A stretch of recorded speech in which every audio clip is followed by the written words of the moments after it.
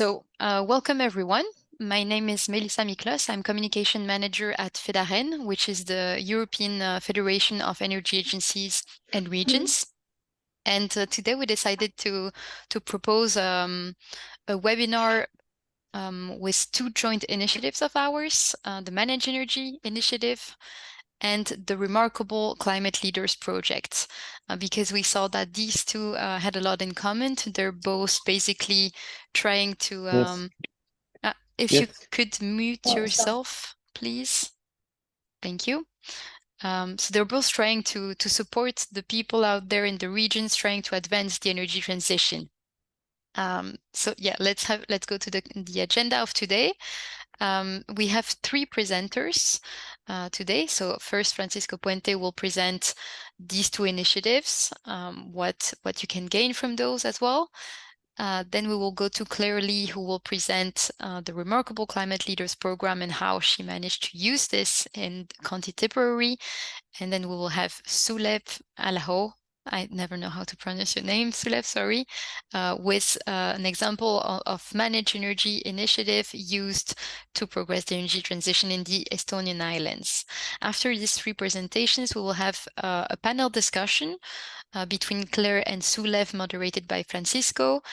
And for this, we really advise you to ask any questions either through the chat directly or through Slido. And if we go to the next slide, you have the Slido code, the QR code. So please, any question you have, feel free to ask at any time, either on Slido or through the chat. All right, so now time to dive into the topic. So it's my honor to have Francisco Puente with us, Director of ESCAN Energy Consulting.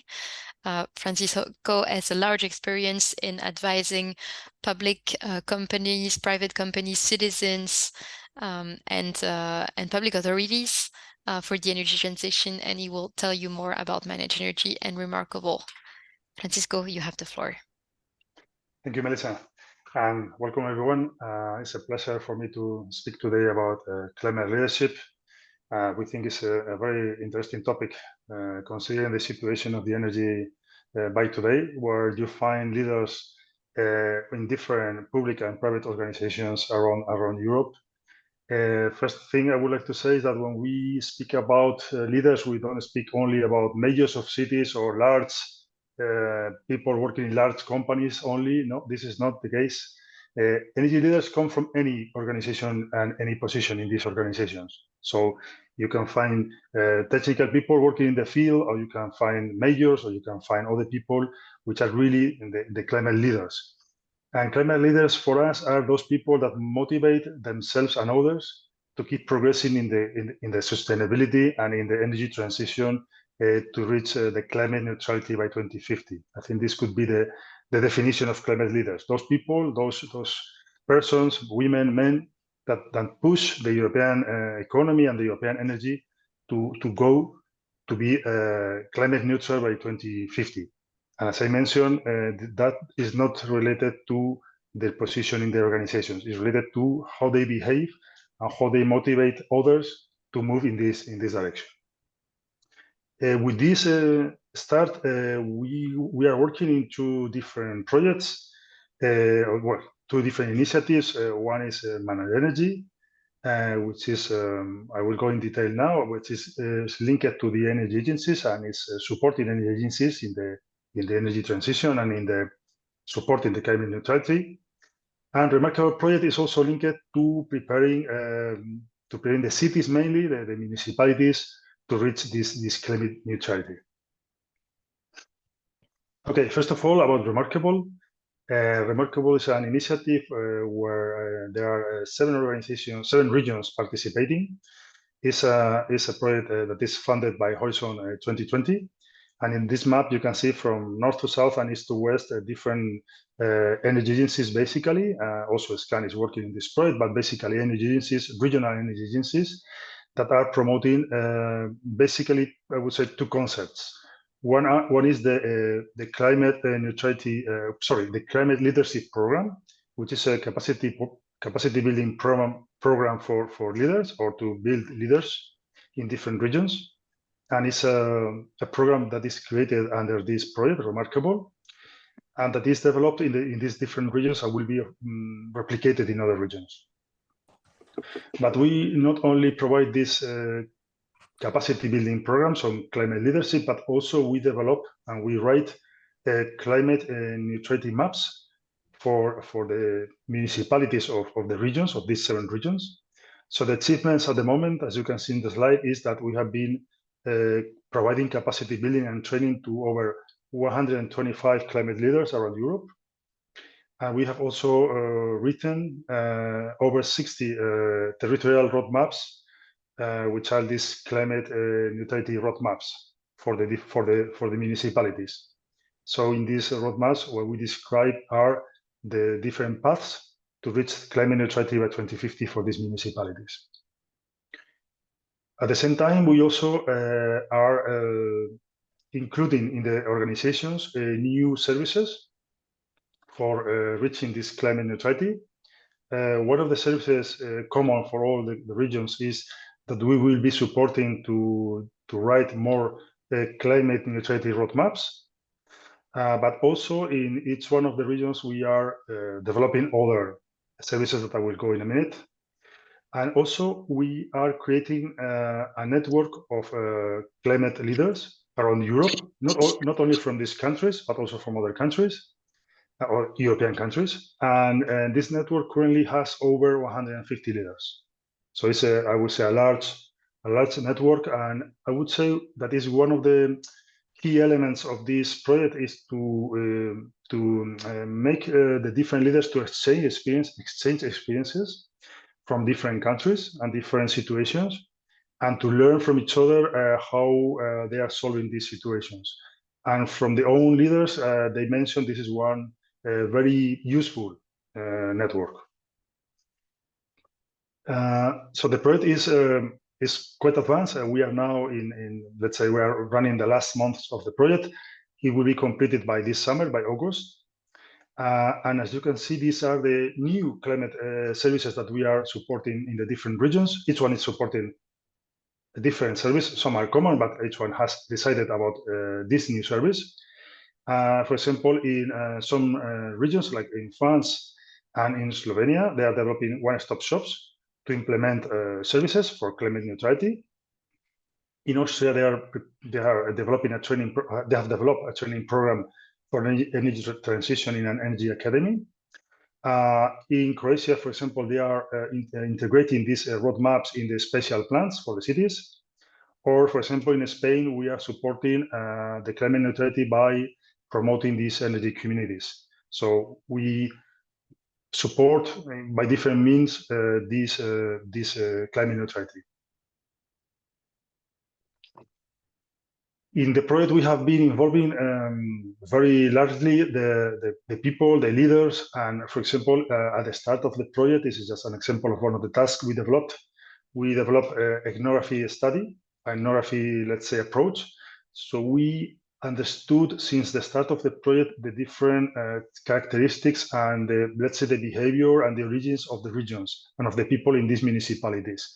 So we didn't want to just enter into the places, into the municipalities and try to, let's say, sell our books, but more to understand first how was the origin, how are the behavior, how are the things in the region, or in this case in the municipalities, and then include this in the preparation of the climate leadership programs and in the roadmaps. And we thought this approach is quite useful and quite practical for the development of the project.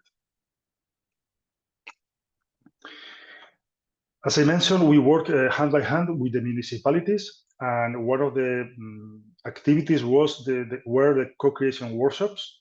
And during the co-creation workshops, the partners with experts and the people from the municipalities worked together to develop the programs and the climate neutrality roadmaps. So we didn't just wrote documents on this, but we also, let's say, worked together so that the result was useful and was practical for them, and they could include their policies, their actions, their current activities, and whatever was interesting for them. So we prepared a methodology, and in these different co-creation workshops, we advanced with them in this project. Now we go to a different project, which is ManagEnergy. ManagEnergy is a contract direct from the European Commission to this consortium, to this group. And ManagEnergy is an initiative which has been lasting for several years by now. And it's the role of ManagEnergy basically is to help the energy leaders in the transition, and basically by increasing their skills, knowledge, and also visibility.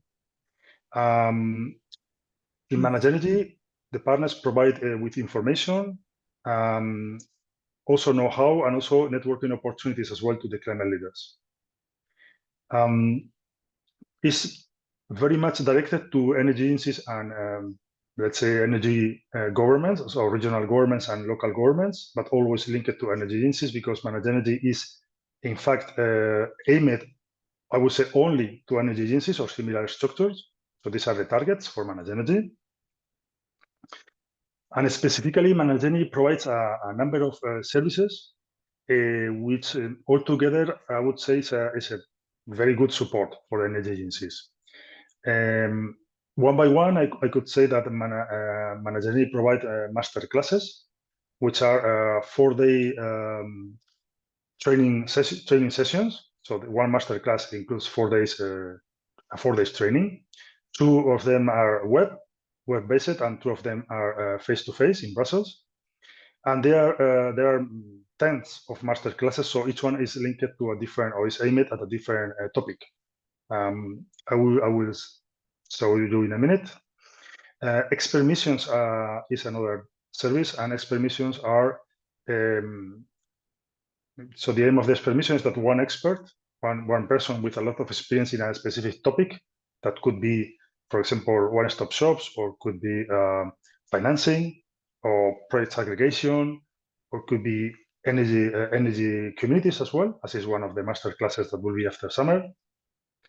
So this expert goes into the energy agency and provides this expertise, but with the aim to improve the business model and the services of that energy agency. So, for example, I personally was involved in one of these expert missions in Spain, and the aim was to improve let's say the knowledge and the line of creation of energy agencies, energy communities in a region in Spain.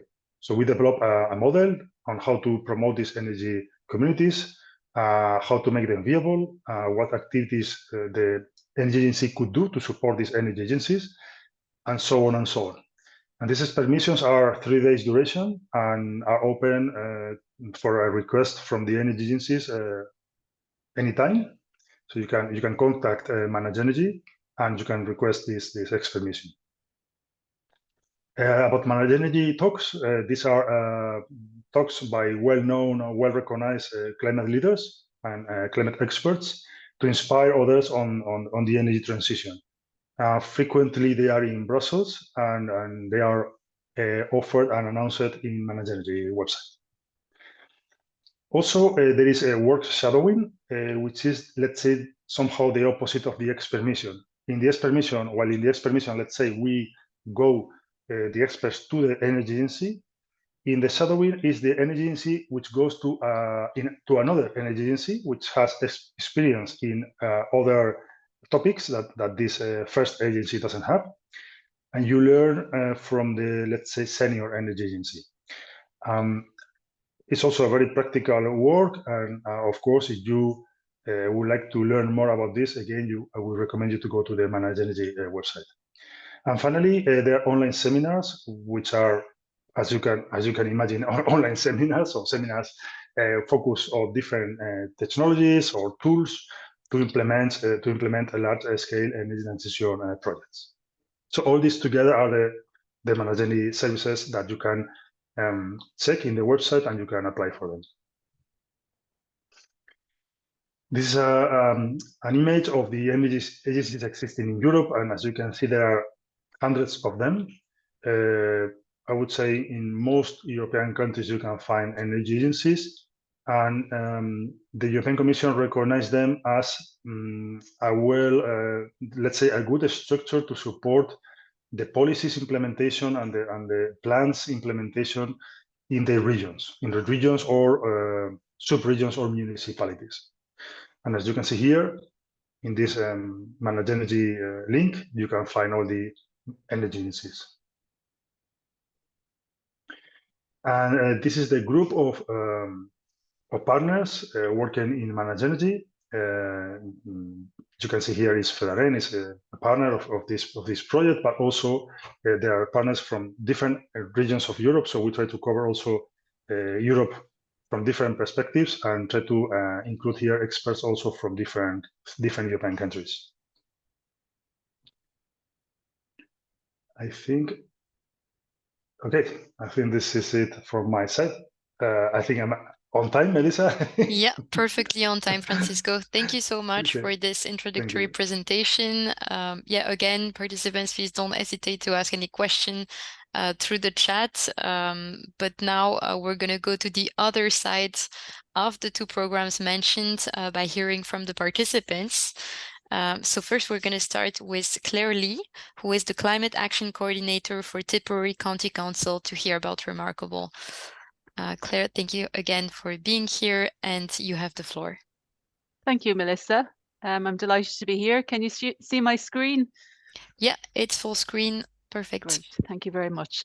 Okay, so I'm the Climate Action Coordinator for Tipperary County Council. This is our logo here, which we developed last year to support the new Climate Action Office in the local authority. So it's setting the scene for going green in Tipperary, and that's our Tipperary scene there.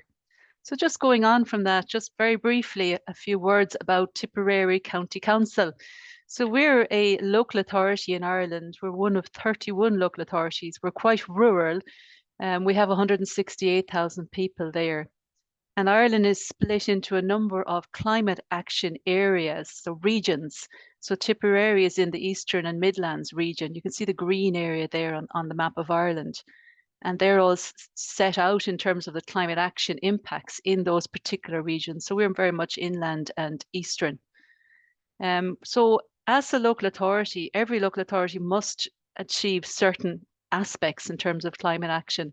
So we must, as an organisation, reduce our own emissions by 51% and energy improvement in our energy efficiency by 50% by 2030. We also have a requirement to assist in the delivery of a national climate objective to help external sectors and communities to achieve their own emission reduction targets and climate actions. So that external community focus is there.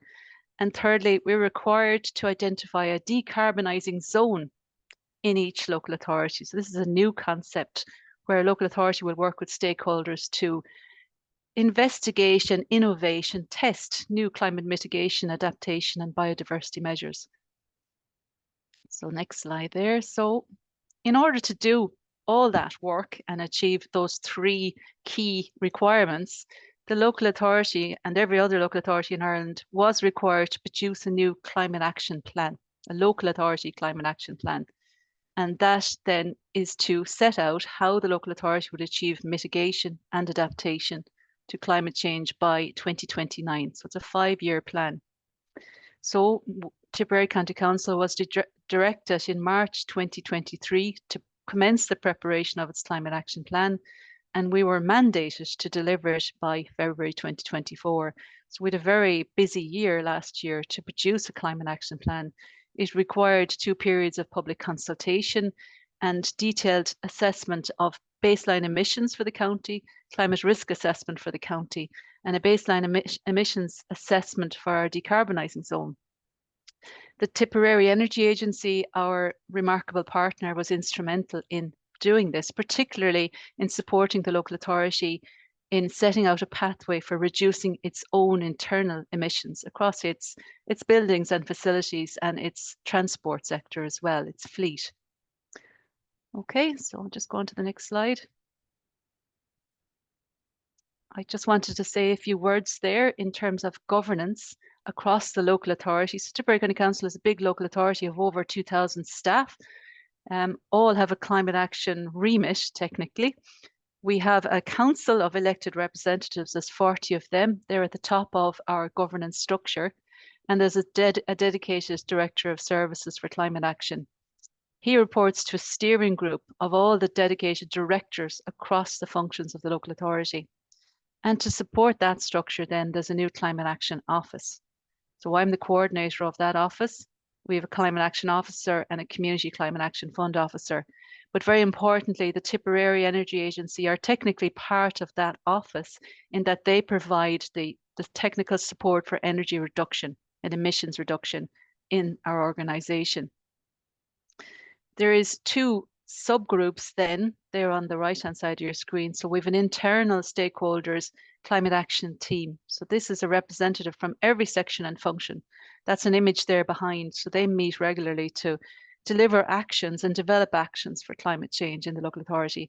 Again, the Tipperary Energy Agency sits on this. And we also have a structure for communication with external stakeholders. So they're the community and sectoral facing groups who have their own climate action plans and targets. So we have a group set up. And again, the Tipperary Energy Agency are important on this, along with the likes of the Technical University of the Shannon and other organisations. So we have a very strong governance structure in place, and it's quite broad ranging. And the idea is to mainstream climate action into our organisation and reach out then across other sectors and communities. So just very briefly, in terms of that climate action plan I just mentioned that was developed last year, there's 100 actions in this plan for delivery between now and 2029. They're set out across 5 themes. So governance and leadership. So it's that governance structure that I just mentioned and the leadership role of the local authority in being one of the first to achieve actions and to change their own emissions and work with other organisations. There's actions for built environment and transport. You can see there's images around our own vehicles to decarbonise them, building our own renewable energy systems on our own facilities. Again, the Energy Agency is very important to support this and give us technical information. There's actions around natural environment and green infrastructure, communities and resilience and just transition, and sustainability and resource management. And the remarkable leaders are all very important in this, in supporting innovation for some of these actions. I mentioned the decarbonising zone in Tipperary. So in Ireland, the concept of a decarbonising zone is a very new concept. There's 31 of them across the country. Our Tipperary took a different approach to many other local authorities in that it went for a rural inland decarbonising zone rather than a city or a town, which most of the other decarbonising zones in the country are. We'll learn from those, but our rural one will provide learning for many other local authorities, which is what our intention is. We have a national bioeconomy campus centred in our decarbonising zone, which is a great innovation and stimulus for new development. We also have the zone located within the Just Transition Fund area, the European Just Transition Fund, which is a super resource for funding and potential projects. Again, working with our remarkable partners, the Tipperary Energy Agency and the Technical University of the Shannon, has provided great results in this brand new concept. So we're looking forward to good collaboration going forward. This slide really, it's a simple slide. It's just to give us the sense of the ambition of Tipperary County Council. We're focused on raising awareness of climate action in our own organisation and other organisations, champion leadership and being innovative in terms of the local authorities' relationship maybe with the private sector and communities, something that local authorities maybe didn't traditionally do, that there's opportunity for innovation now in terms of climate action. And building capacity. And this is where a local authority can work with, for example, the remarkable leaders in reaching out into services and sectors that it mightn't traditionally have done so that there's room for innovation. I just have identified 3 projects here to talk a little bit about that are very linked to the remarkable programme.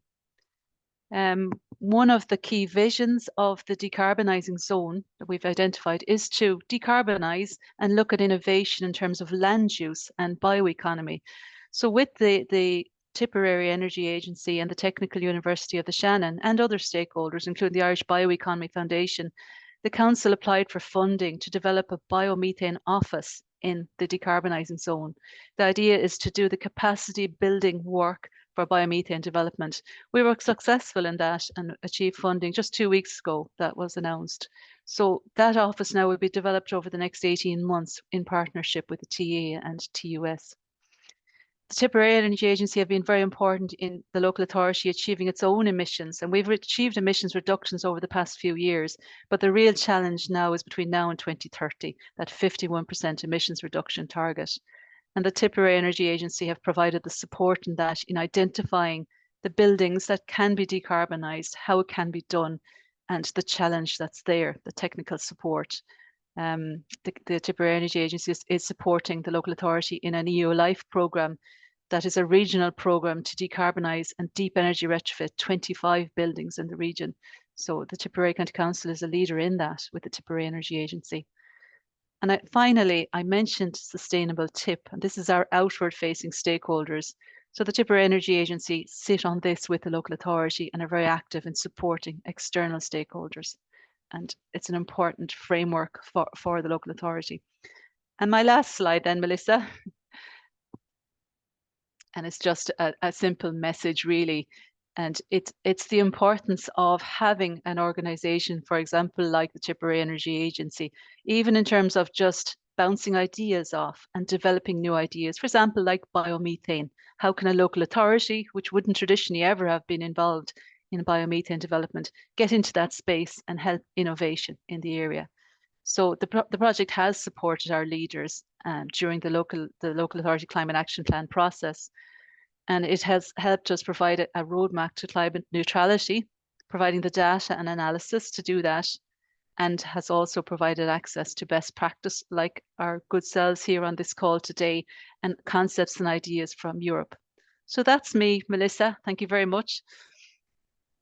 Thank you so much, Claire, and thank you for making the case for energy agencies. Indeed, there was a great example of how an energy agency and a local authority work really hand in hand to achieve results. So very inspiring.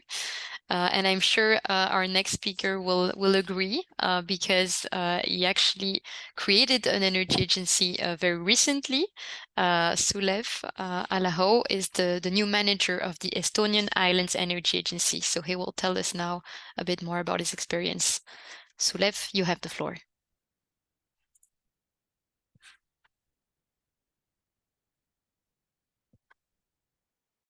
I cannot hear you, but we see your screen. Hello, Yeah. Is my screen well seen? It's not full screen yet.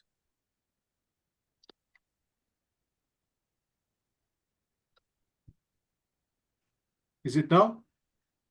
No, but again, if you can try to click below on the right, Yeah, I I did think it. it'll. Ah, you did.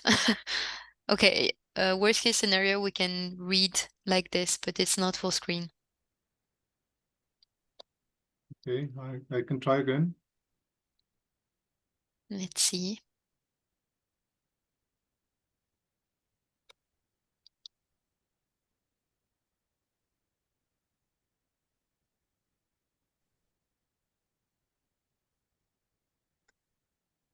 Yeah, still not full screen, but it's okay. We can read. Okay.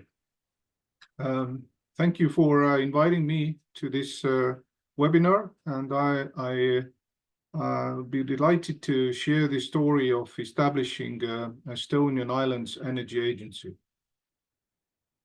So our archipelago is relatively small compared to the usual side of energy agency coverage. And as you can see, also the sizes of islands are very much Sorry different. to interrupt, Sulev, but we're still on slide 1, however.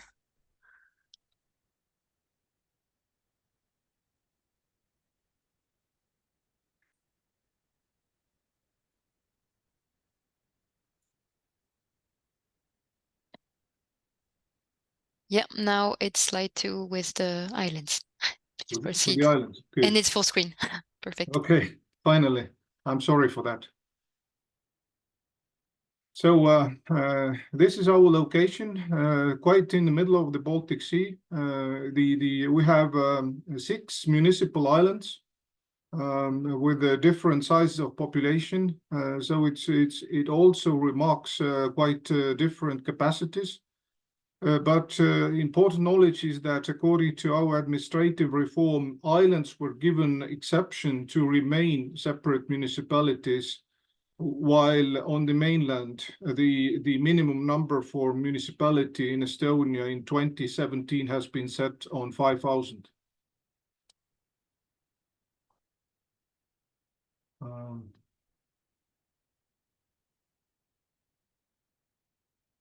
Sorry, I can't move on.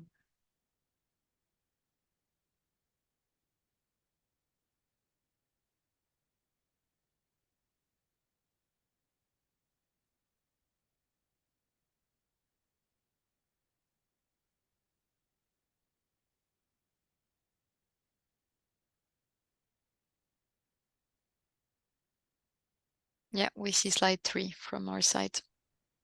Okay. You see challenges? Yes. So we have all major fields of work in our pipeline. What ManagEnergy trainings and masterclasses cover. There is a big need to improve the energy efficiency of buildings, 2/3 of municipal buildings below required level. Our public transportation runs on diesel, and the big challenge for us is to cooperate with national government as they are responsible for ferry connections to the islands. And then this is an opportunity for islands to attach island-specific public transportation to these solutions, which will be established for ferries, which makes all the investments more feasible. Electric vehicles still remain too expensive for municipalities. We need to engage some grant opportunities here. There is very little number of energy cooperatives, and unfortunately, we still face NIMBY in presence, especially towards offshore wind farms to be established around the islands. As many islands in Europe, we do face grid constraints for interconnecting offshore wind farms. And even sometimes grants are not enough to compensate low investment capacity of our small municipal islands. As municipalities are small, the lack of technology competence and leadership, which they decided to collaborate more on energy matters. Therefore, our islands found in the beginning of last year that ManagEnergy program introduced masterclasses were very good and needed to equip us with the better tools and knowledge about all these challenges covered. During first masterclass about market facilitation and project aggregation, we understood this is very much for our islands, as the amount to attract companies around in our tenders would be too small to just participate island by island, and aggregation has a strong meaning for us. On that specific masterclass, we also heard about live PDA program call, which is there to help establishing new energy agencies. Sorry, Sulev, we're still on the challenges. It seems to be a technical issue. I don't know. Have you clicked on 4? Yes, I have clicked. Okay. Then sorry for.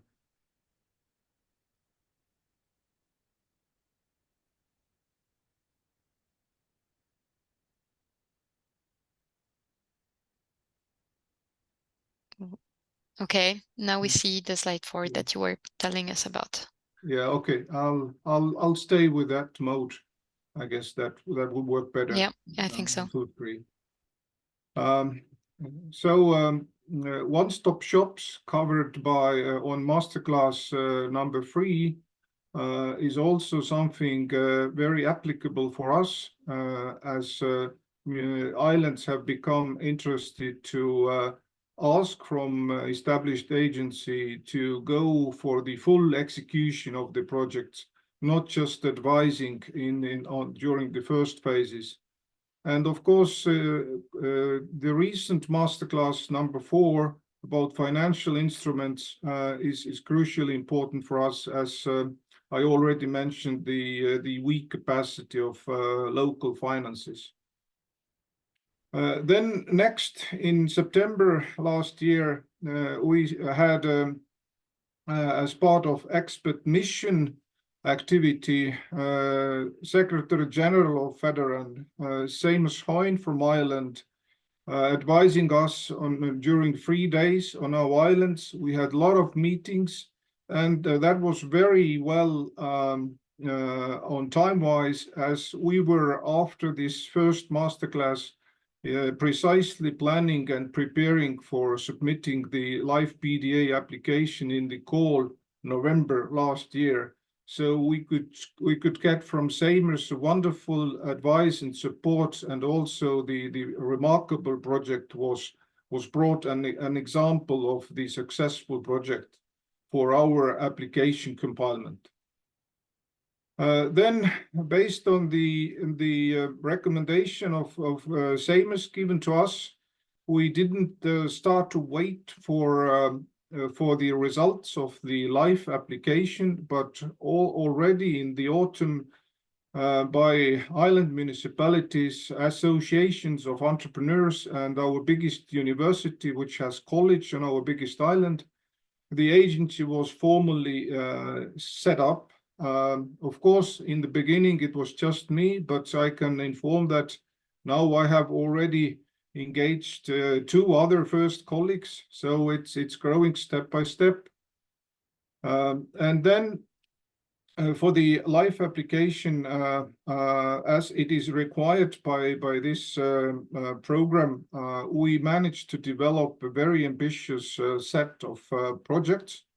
Investment projects, as this is quite strong requirement of the Life PDA call, that you would perform leverage of the grant provided. And so you see that we cover buildings, district heating, we aim on supporting energy cooperatives, transportation, as I told, is important. We also have a biomethane plant now under preparation in combination with finding the CO2 offtake, so that it will be absolutely climate neutral. And our government is going for tendering a new hybrid ferry where both hydrogen and batteries will be supplying the electric engine. Next, at the end of last year, we also took advantage of the project Prospect Plus due to our public building renovation requirements. We chose to go for public buildings training, which was carried out by Upper Austria Energy Agency in Linz. And as a result of this, also with my colleague, I took part in the follow-up World Sustainable Energy Days in the city of Wels, next to Linz in northern part of Austria. So now, after all these developments, establishments of energy agency, we are preparing the life grant agreement after successful evaluation of it by April, and we hope to reach the grant agreement soon this summer. We have concluded study by Hydrogen Regions program, which helps us understand where the first green energy offtake opportunities are. We are actively taking part in Clean Energy for EU Islands program, 30 renewable islands by 2030.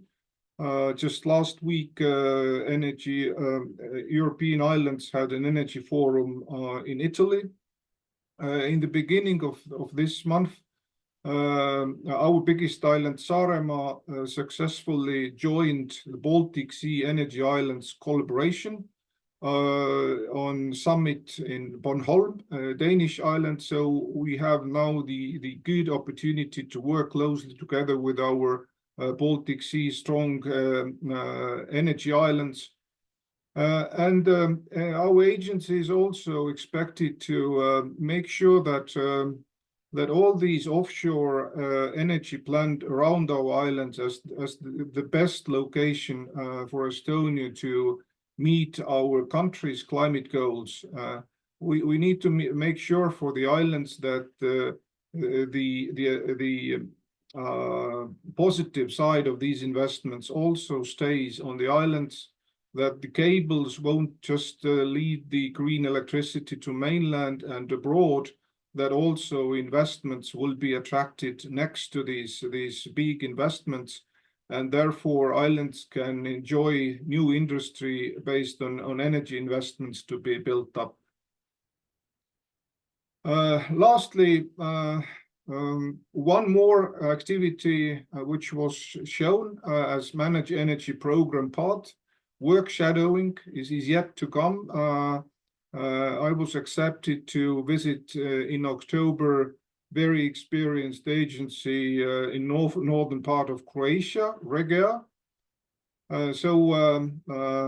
Our agency's setup story to put together, it wouldn't have been happening without this support by Federan and particularly ManagEnergy program.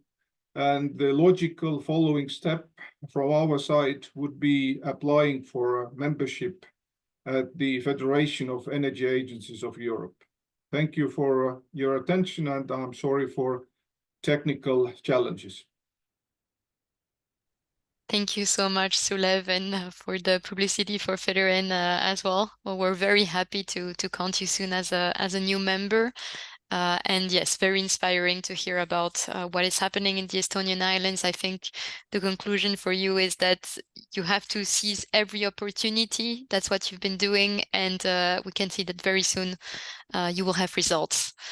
So thank you for that. Now for the next 15 minutes, we have a panel discussion. So am I still here? Okay. So Francisco, are you with us still?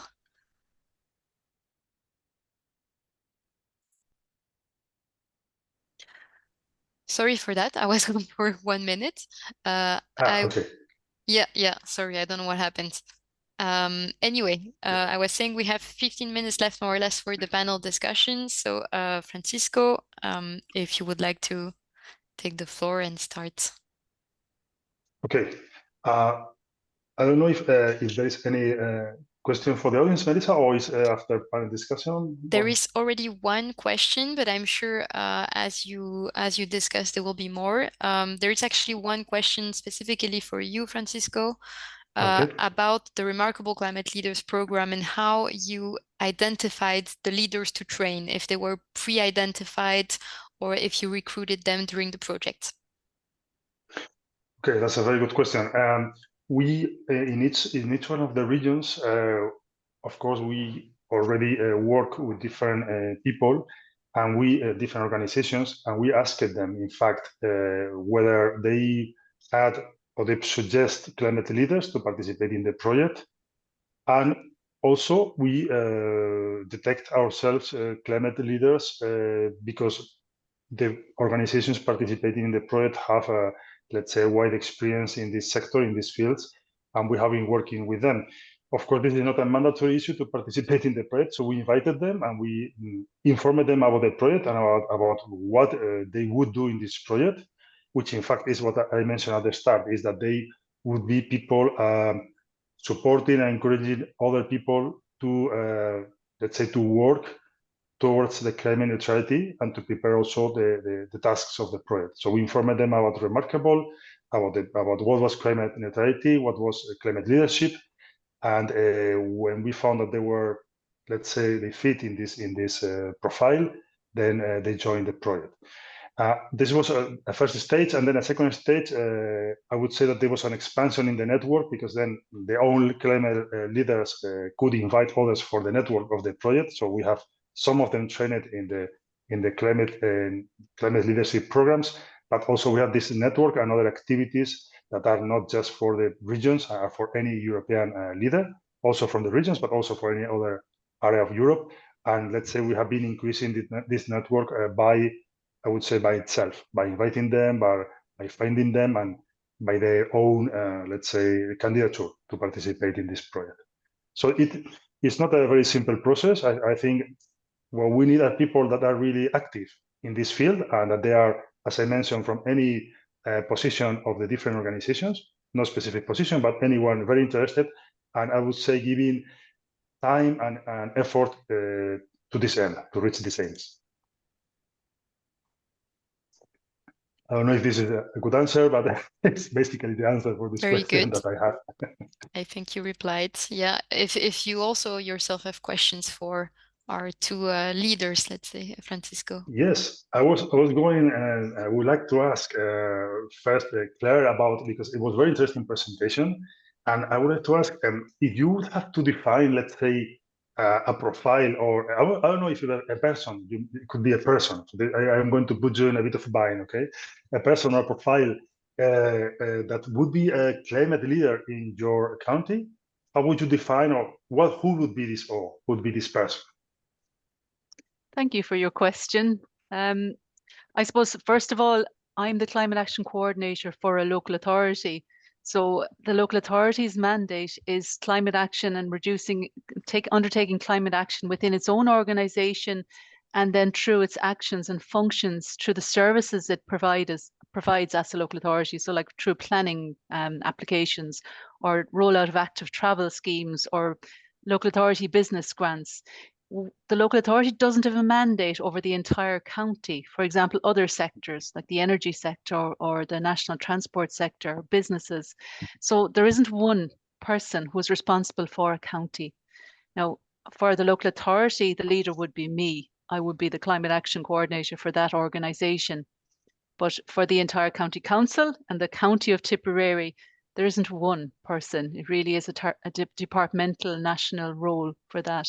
Does that make sense? Yeah, very much. I would say this is a very good answer, because clearly there is not only one profile, probably there are several profiles, and we need all of them, clearly. And I would like also to ask the same question to our second speaker, to Juliette.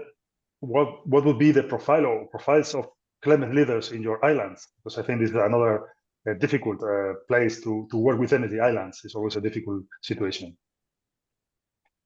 Yes, of course, a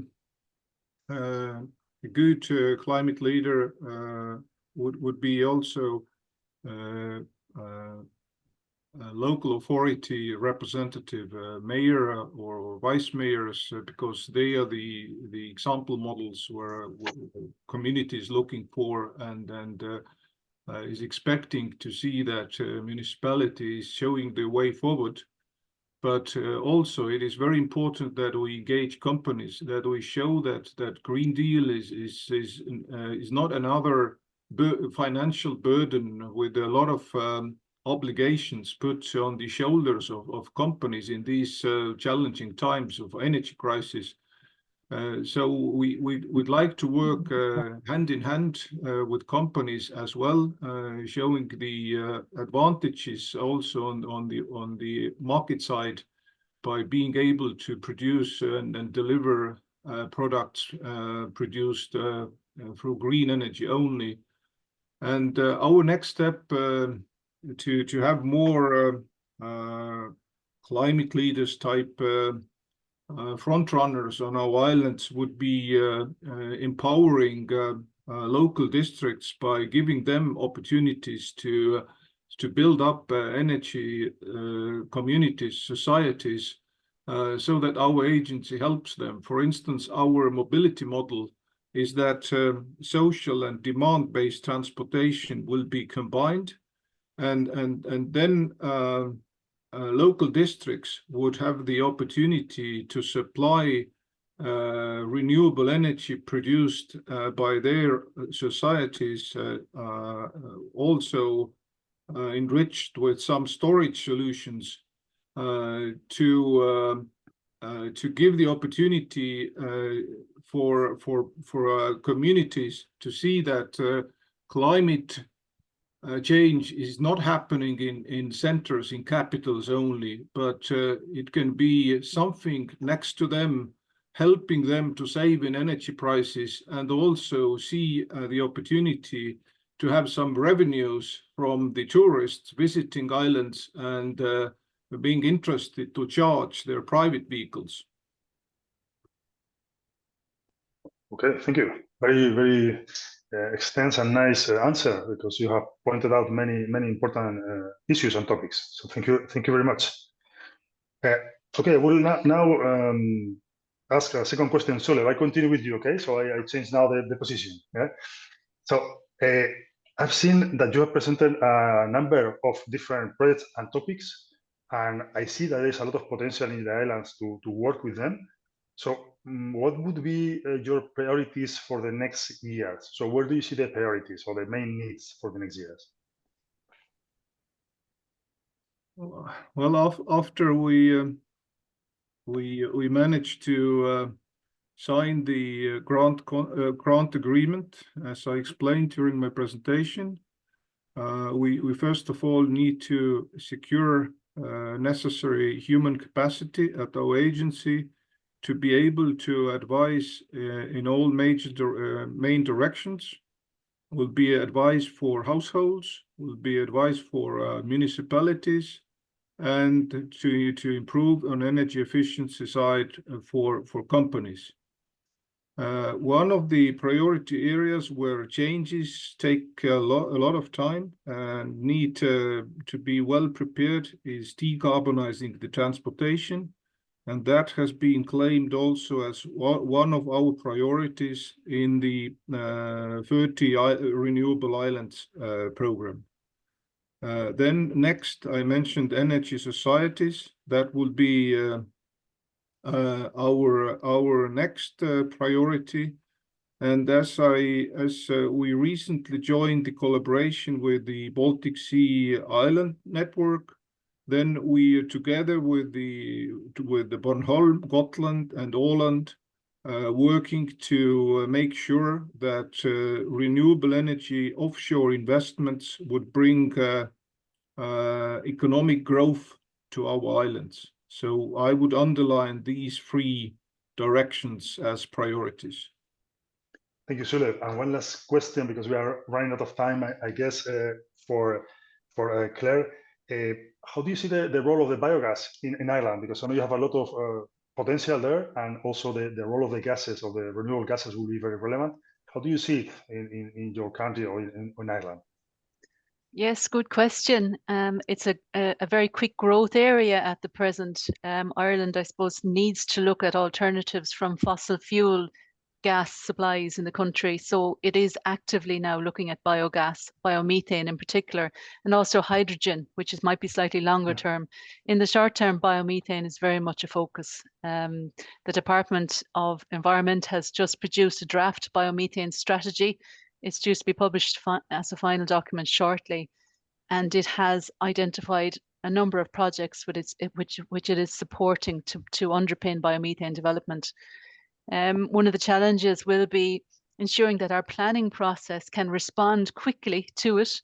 We have a national target for biomethane integration into our gas supplies. I think it's 5.7 or I'm sorry, I don't know the actual term, but we're looking at approximately 200 plants between now and 2029 to facilitate demand.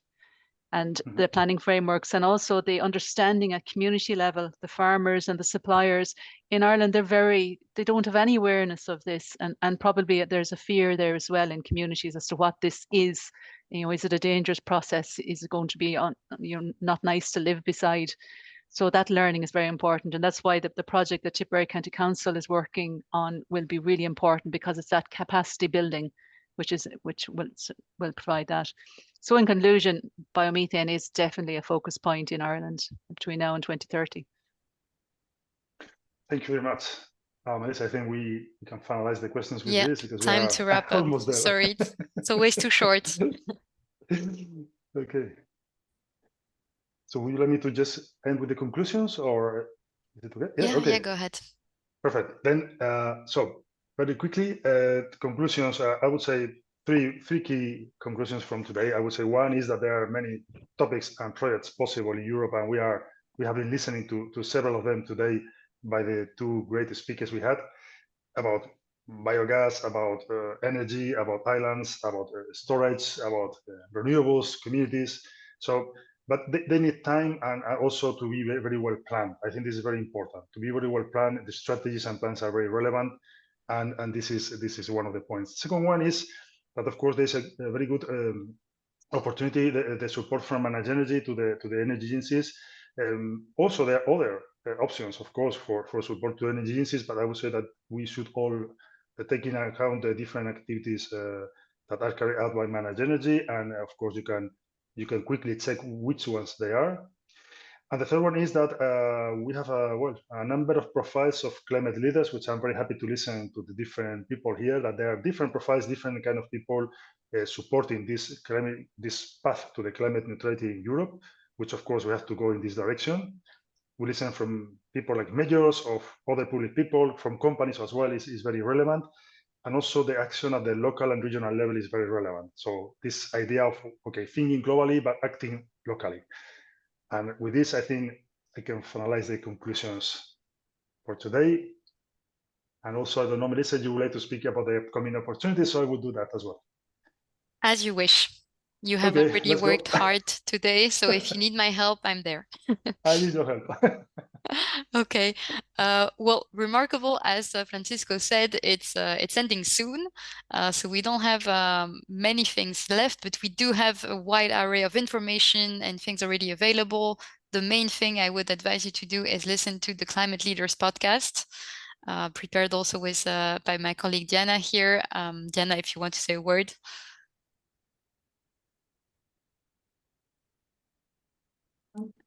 Yes. So, yeah, we have a Climate Leaders podcast, and it's all available on the Spotify. I will share the link in the chat. You will have the opportunity to hear about what are the climate leaders doing in their respective municipalities or regions. We also collaborated with some young leaders, and yeah, it's very interesting. The episodes have around 10 minutes, so a very short one, sweet but to the point. So I recommend you to go and listen our. Thanks, Diana. So yeah, you can also visit the LinkedIn group, and in the library you will see some interesting documents like the results of the ethnographic studies that Francisco mentioned at the start. So really, when you receive the slides, don't hesitate to go have a look. And for ManagEnergy, which is the initiative I work on, well, I posted in the chat, but we have released the call for the next masterclass today. It's the very first masterclass on energy communities, so we expect a lot of engagement. The first one first served for the masterclass. So if you're interested, if you work for an energy agency or a local authority, hurry up. The dates are just there. And the next event that we also have is during the EU Sustainable Energy Week in Brussels. I suspect many of you are coming. If you do, you can visit our ManagEnergy stand at the Energy Fair and also listen to Clover Hogan, also a great young climate leader, on 12th June. And that would be it for me.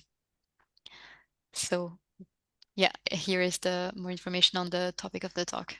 And I think that is the last slide.